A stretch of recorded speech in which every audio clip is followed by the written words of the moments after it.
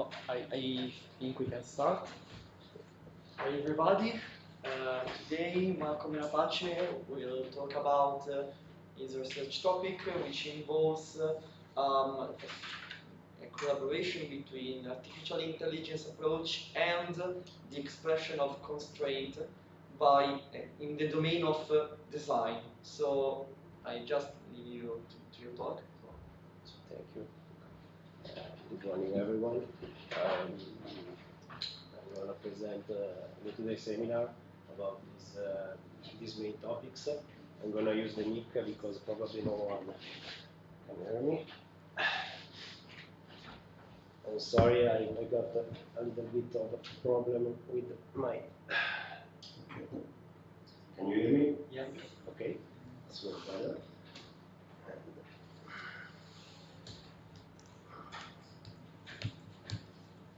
So,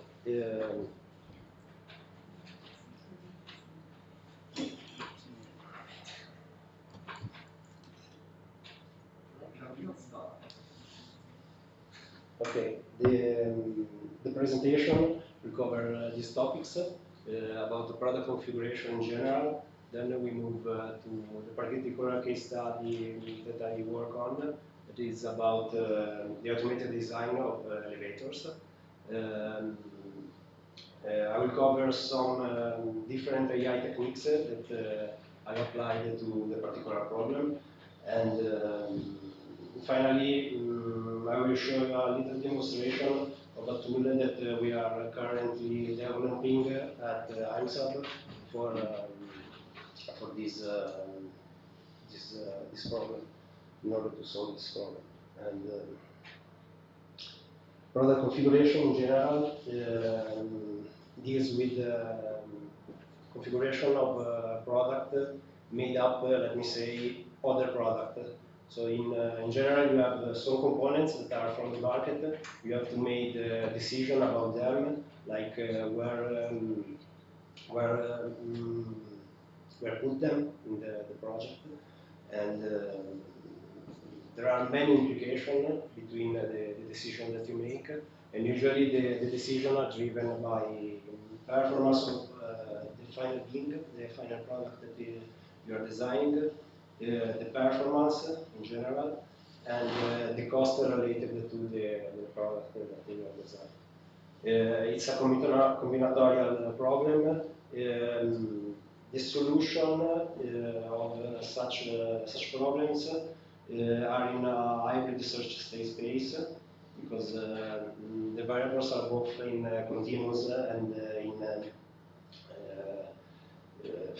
sorry, I have to breathe sometime.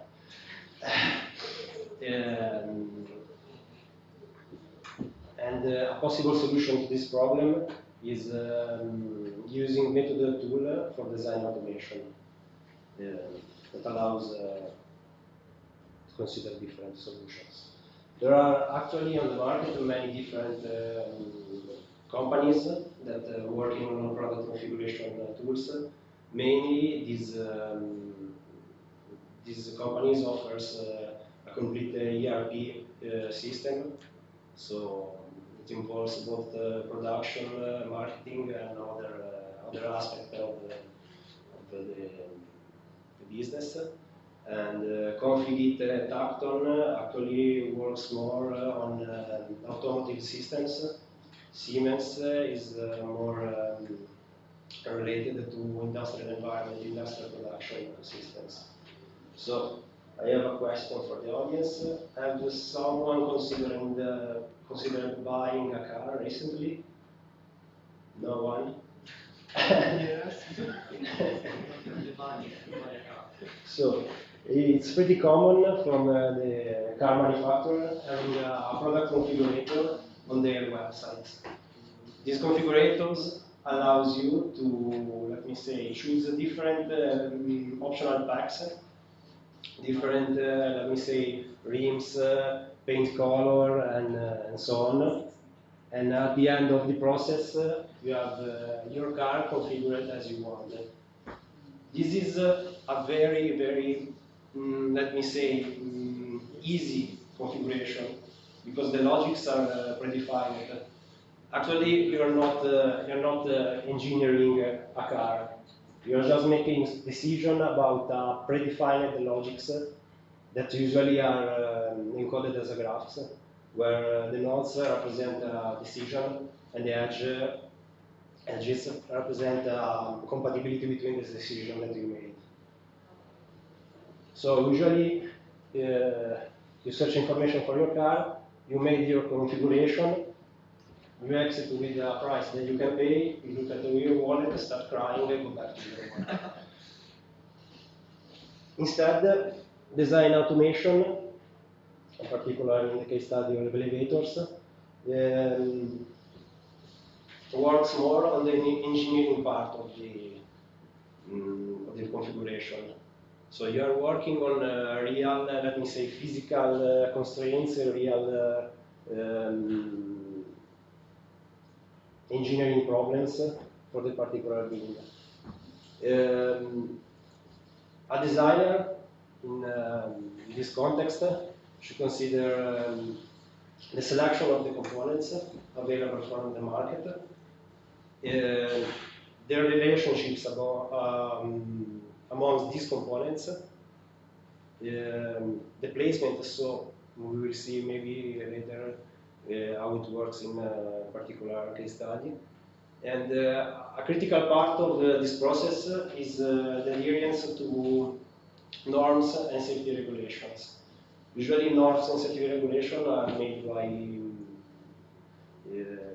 institutes like EN that says that sets the rules for a particular beings to be safe, let me say. And also, a designer must take into account the customer constraints. So the customer wants particular performance from the product, and the designer should take into account of that. Each part of these 5 sub-problems, let me say, are strongly correlated, because changing something on a particular sub-problem could invalidate other parts. So today I will present you a case study about hydraulic elevators, and these are the main decisions about this particular set of solutions. And the first problem is about selecting the car frame. The car frame of an elevator is the one that is made of steels, actually, and it's the one that supports the cab. And its placement is something that you don't see actually when you enter an elevator. It's behind usually. And another problem is about selecting the doors. There are different types of doors, telescopic or central opening, or I don't remember, bus type, and their placement. Identifying these 4 main parameters gives us an early design of the elevator. And further evaluation will lead to a complete project. A complete project is the one that is verified amongst the norms, against the norms and other regulations. So this is a plan view of an elevator. On the left side, you see there is this is the car frame, the one that I was talking about, and these are the doors. This is a particular configuration with 2 doors with the same opening on 2 sides of the elevator. So, how did we deal with, let me say, what I know about elevators 3 years ago, 2 years and a half ago? Nothing. So we started from the implementation of an heuristic approach without using any artificial intelligence techniques, and this was developed in collaboration with an elevator designer from Genova, and this leads us to have some kind of baseline for the other techniques, because with this heuristic approach, we can have a valid project in order to have some kind of comparing with the results from AI techniques. And allows us, it's annoying. Someone knows a solution about this right device? Maybe the wire. Yeah. It's the wire, really. This way is bad. No. No. Okay. No, I will try a configuration that will work. So, this first part allows us also to define some project validators in order to use them during the usage of the AI techniques. The null verification were implemented on all components of the particular being. We constructed a database with the components available on market, and defined the main project structure. This is a taxonomy about the different types of elevators. As you can see, there are two main types. There are hydraulic elevator and open elevator. It actually depends on how they are moved, let me say, how the cab moves. And in the case of the hydraulic elevator, there is a piston moving the cabin directly or indirectly, depends on this different class. And on roped side, there is an electric motor, in fact, that moves the cabin. The difference between these two classes is about how they are implemented. With MRL, that means machine roomless, the motor is installed directly on the top of the cabin. And in the case of winch, so the traditional ones, the electrical motor is put in a specified, in a dedicated room, usually on the top of the elevator. And the 90% of elevators are of this type, at least the one installed, the one already installed. So today we consider a project of this particular class, so hydraulic, roped, and one piston elevator. These are some results from simulation of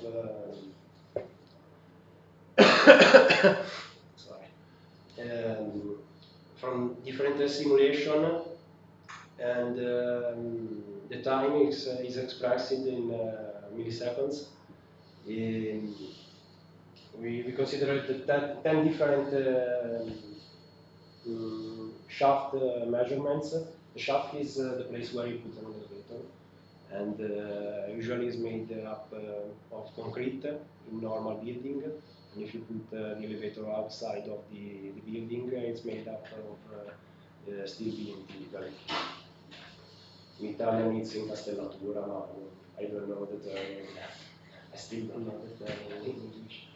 So we consider different shaft measurements, and on this column you find the number of projects found with the particular shaft considered. As you can see, the time of the elaboration it's pretty low. So it can also give the possibility of have an interactive simulations. What I mean with that,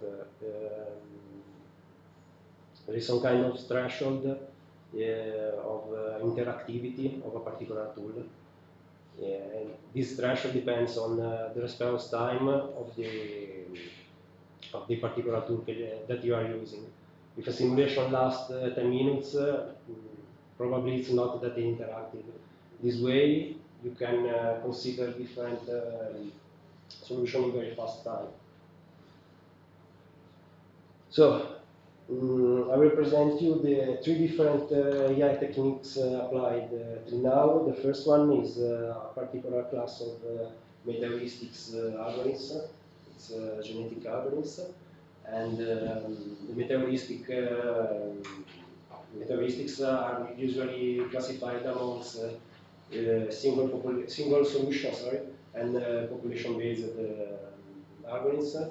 Global search and local search, and some, like genetics algorithm, are naturally inspired. Here we got a little sketch about how genetic algorithms works. The first phase, in the beginning of the algorithm, there is a random generated population. So you have a set of solutions. These solutions are evaluated over a predefined defeatless function. After this phase, a selection is made. There are many different algorithms for selection of the most promising solutions. The reproduction actually makes some kind of crossover of different solutions, and the mutation generates random samples inside the population in order to have a trade-off between global search and local search. Can I ask a question? Yes, of course. Are you assuming that you have at least some validators so that once you have a project, no matter how it's been found, you can check whether it satisfies the requirement? Exactly. The requirement, it's the validator phase. So I have validator is given, and then you are only interested in finding heuristics for generating. So also we consider it as a validation of this problem, because we use the heuristics, and we make some confrontation with the results from genetics algorithm in order to find the same project in both cases. Can I ask you a question? Yeah, of course. When you do the genetic algorithm, you consider each variable as some specific part of the vector, like the doors are one variable, and I mutate that variable, or you codify the variable? The encoding is in the next slide. But yeah, actually we did integer encoding of the available components. So I have 1 for the first car frame, 2 for the second car frame. So you should consider each part separately and you mutate Exactly. part as a block. Exactly. With their properties already defined. So I can't handle the single properties of the single components, because it's something that you have to buy. Actually, it's a LiftCreate product that you buy from other manufacturers. So, okay. So I already explained this. So we can go on. Okay, this is the encoding. As I said before, the main 4 decisions about the little design are about the selecting of the car frame, the positioning of it, the selecting of the doors and the positions. And this problem were encoded as 4 integers genes in the genetic algorithm. We used the genetics library. It's pretty common on these solutions. And the problem about the meta-heuristics resides in the decision, the selection of hyperparameters. In general, it's a problem of meta-heuristics.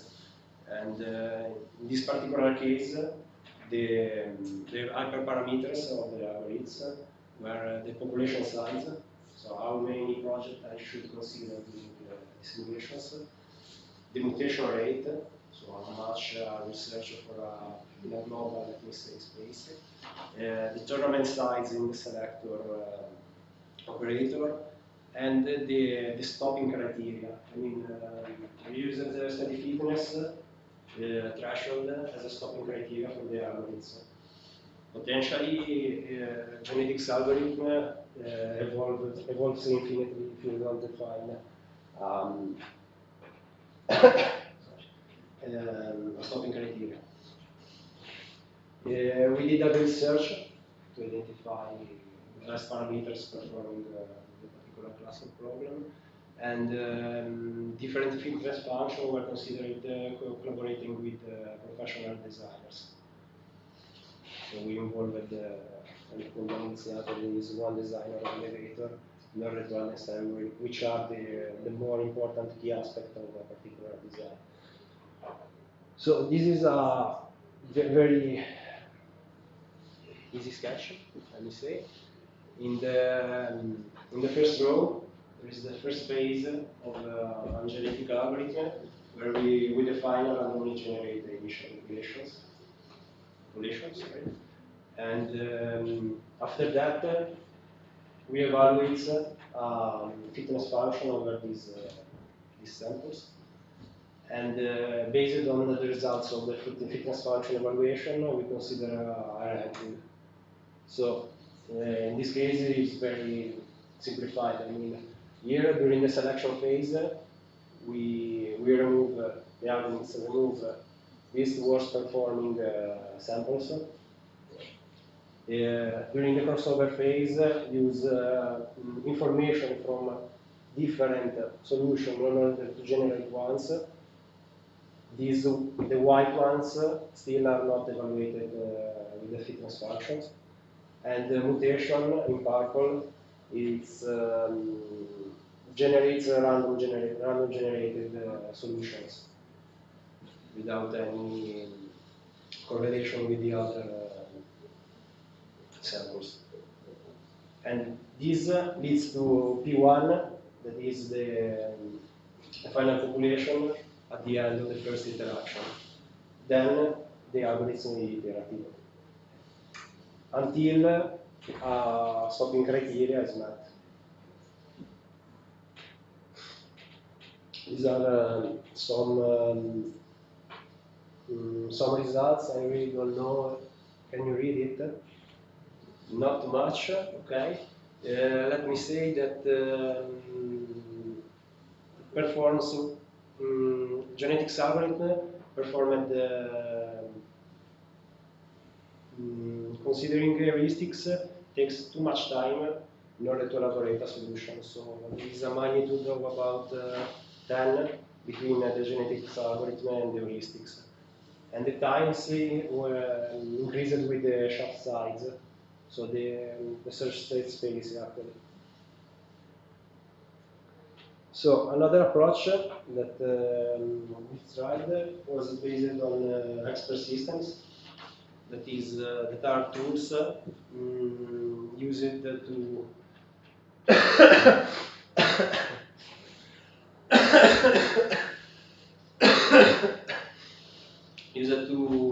simulate the decision-making capacity of an expert in a particular field.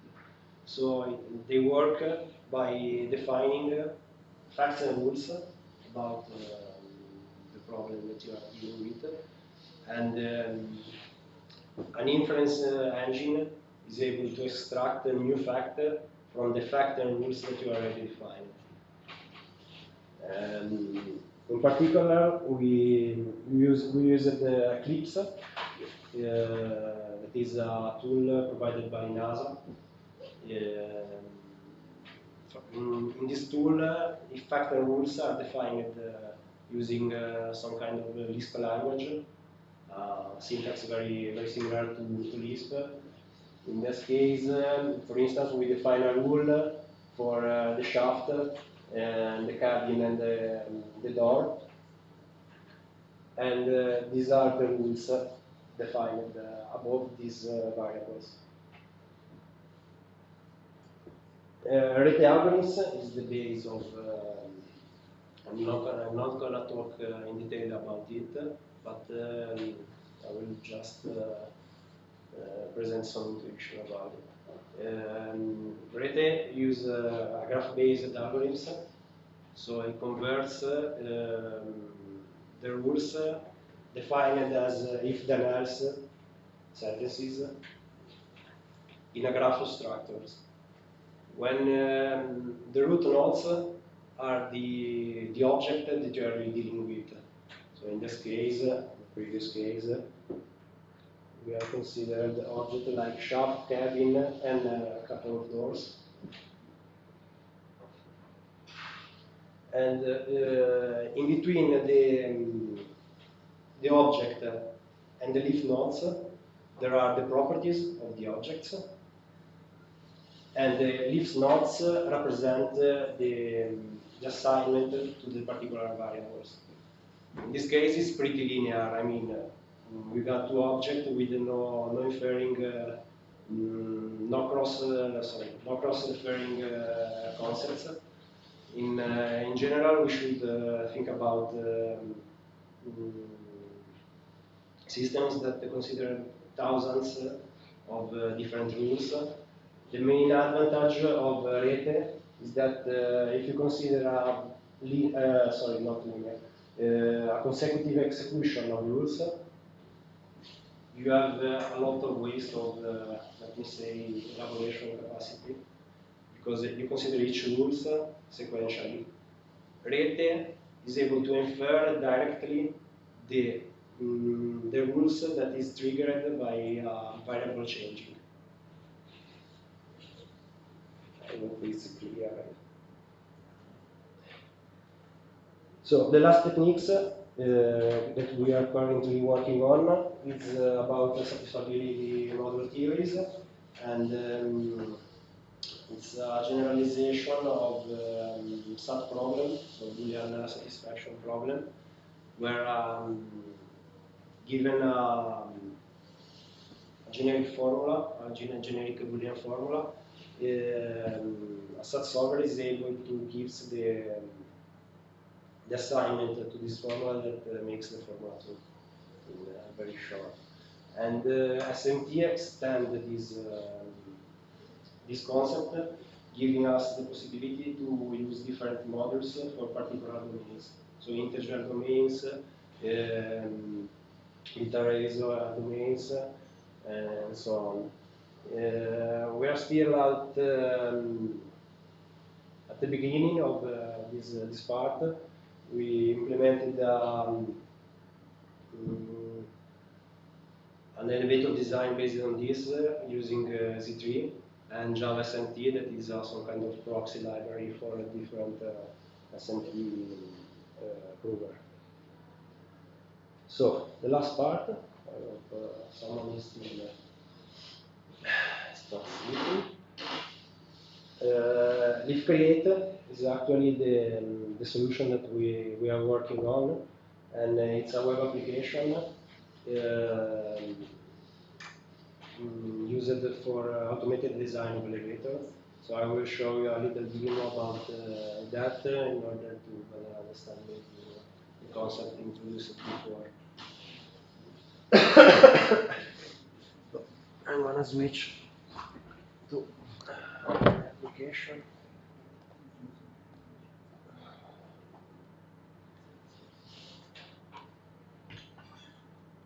Sorry, just a minute.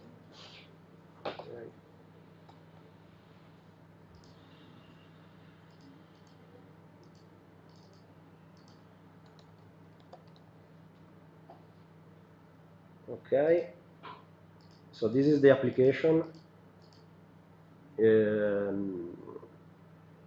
It gives a static CAD library in order to generate the drawings for the particular class of elevators, and I will show you a generation of a project in order to maybe understand better how automated design works.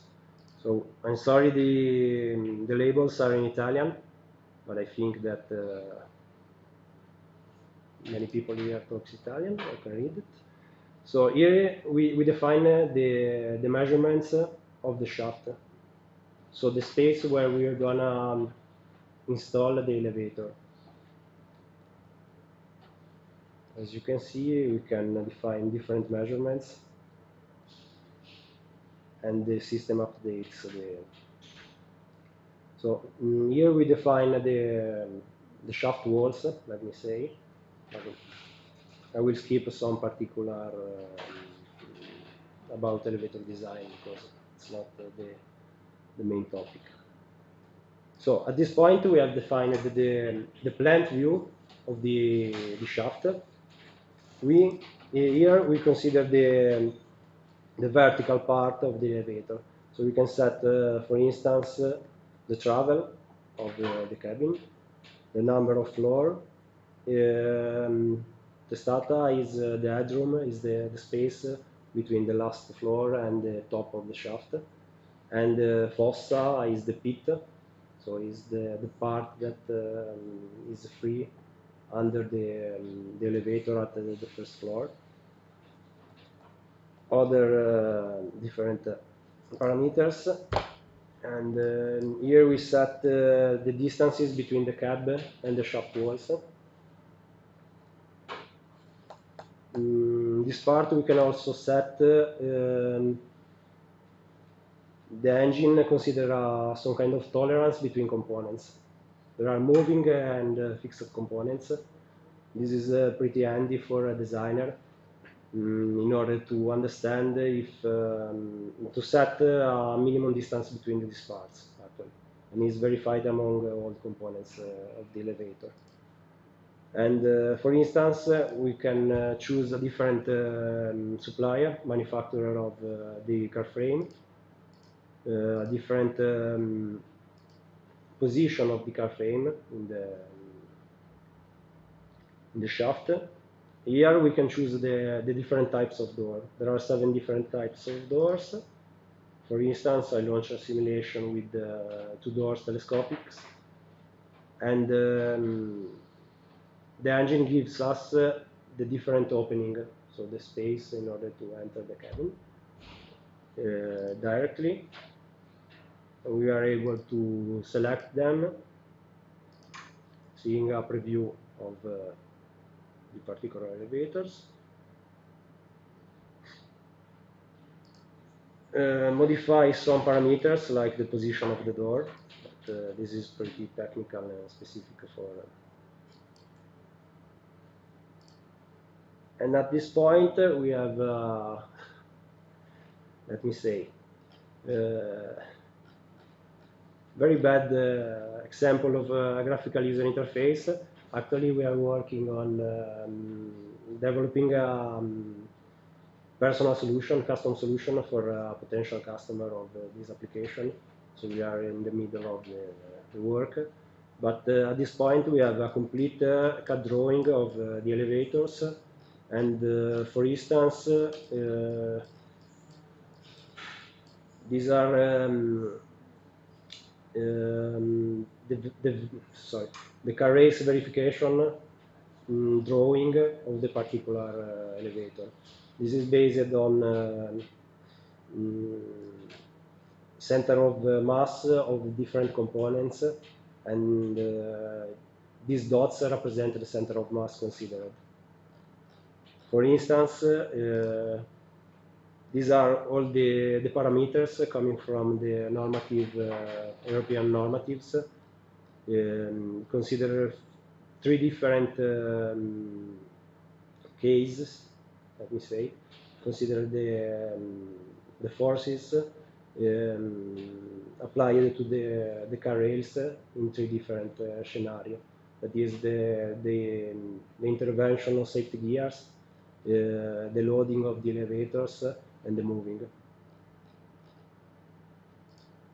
So in no time we got actually the main engineering, let me say, parameters in order to make a real world design of the elevator. And that's all. Let me go back to the presentation. Okay. So automated design indeed represents a challenge. There are many aspects that should still be handled by programmers. but gives the possibility of standardization of design. Imagine a situation where a society needs some predefined rules for all the design that their worker must do, or set a new rules during a particular period. These tools allows these possibilities, gives the adherence to norms. It's not still not certified software, but so there will be some kind of disclaimer that the results from the software is still not certified. But actually gives a lot of time cost savings rather than manual designing. So I thank you for your attention, and I'm sorry for for my voice. I hope everything were clear. If there are any questions, okay.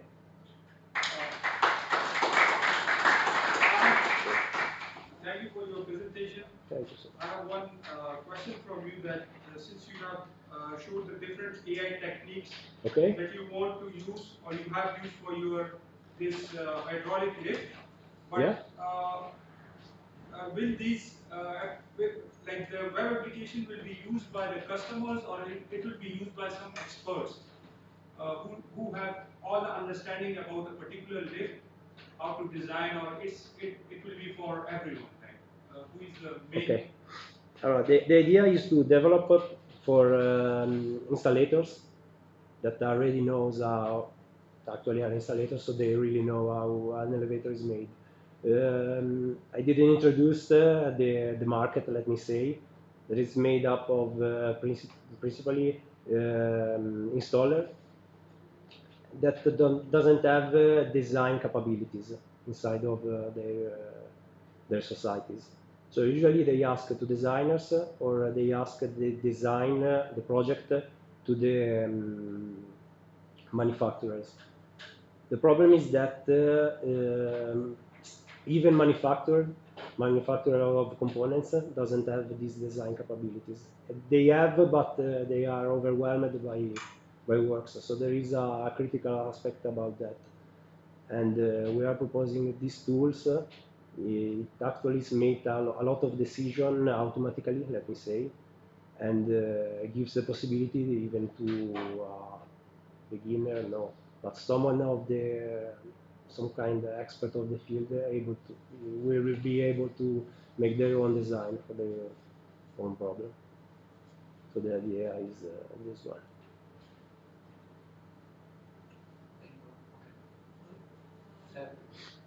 One and then two. When you talk about expert systems, you talk about graph decision systems. Sorry, can you please? Graph-based decision system. Okay. The graph is decided by an expert, or you? The graph actually the rules and the facts in clips in expert system we were talking about it. Okay. In expert system, the first definition must come from an expert, but then you can use these tools. Even can be used also by non-expert users, but the setup, yes, comes from an expert. And I was like talking about the structure of the graph. Okay. Like the direction of the edges and everything is decided by a human being. Yeah, but in the Rete algorithm, it's pretty complicated actually. But Because I know for sure that there are algorithms that learn the graph and how you make decisions directly from data. So I was wondering if you're doing kind of both. okay, but this is what I was talking about. What I was talking with Luca before, and the next step. The first next step will be giving the possibility to the designer to handle directly the constraint that you're using. For instance, on SMT, you have let me say, a design engine. You add some constraints and guide the designer to the specific solution that he wants. The next step is using the results that we had from different techniques, even heuristics, and try to learn the rules that generated these particular projects. But it's pretty, yeah. But it's a nice question. It's something that we want to improve and develop. So you consider these three different techniques, Yeah. but I didn't quite understand what are the trade-offs that you identified between one and the other. Yeah. So genetic algorithms behaved very well on exploiting, let me say, difficult configurations. Remember that we are dealing with, let me say, tolerance between components.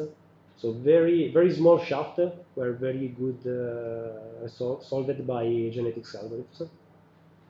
And expert systems were pretty good on generating early designs, but the validation with expert system became too heavy, and the times of generating a complete project were deeply slowed by the validation part.